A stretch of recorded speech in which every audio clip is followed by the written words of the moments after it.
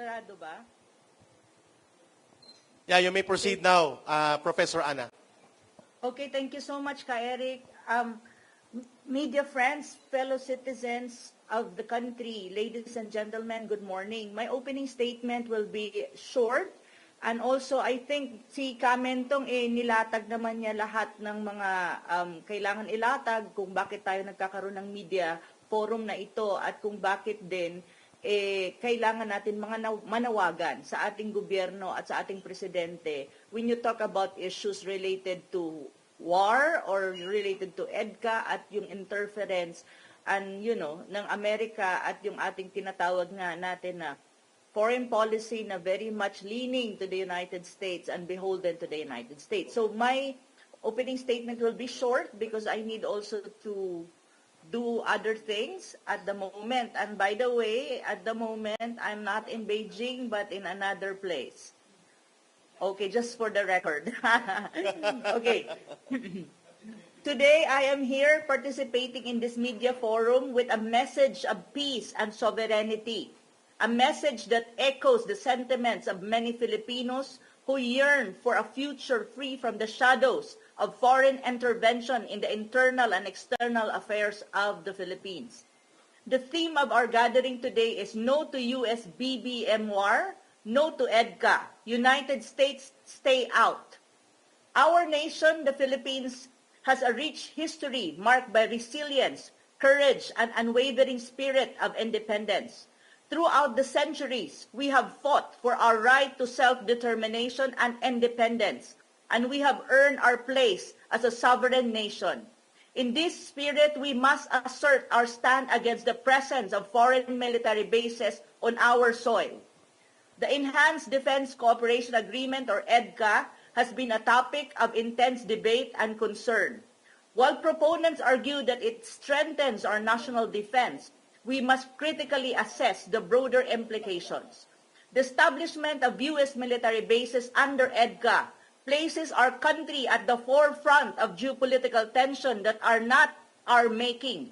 It risks drawing us into conflicts that serve the interests of others, particularly the United States' interests in the Indo-Pacific region, and that is not the interest of the Philippines. We say no to war that is not ours. We say no to becoming a pawn in the geopolitical chess game played by superpowers.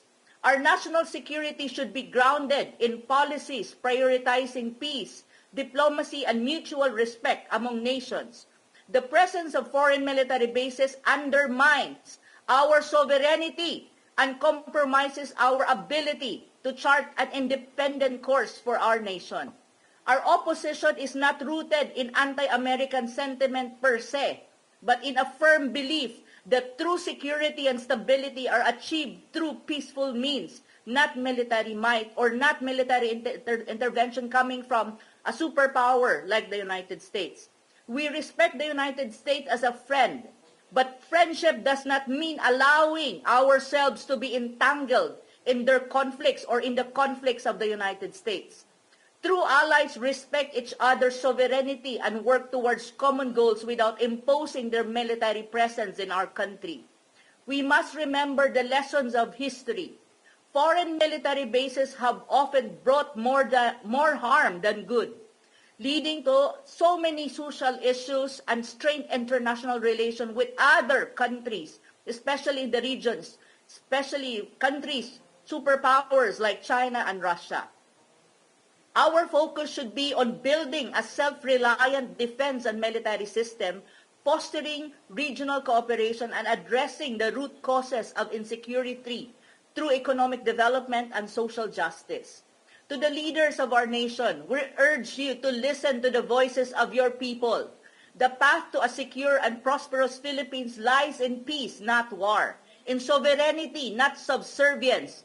Let us invest in our own capabilities, strengthen our diplomatic ties, and promote a foreign policy that reflects the true interests of the Philippines.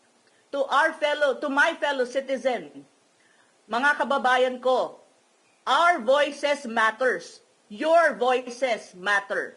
Stand up and be heard. Advocate for a Philippine that is free from military bases and foreign military interventions. A Philippines that stands proudly on its 2 feet. A Philippines that is a beacon of peace in a world too often marred by conflict. In closing, let us reaffirm our commitment to peace, independence, and national sovereignty and dignity. Let us say with one voice, no to US BBMOR, no to EDCA bases.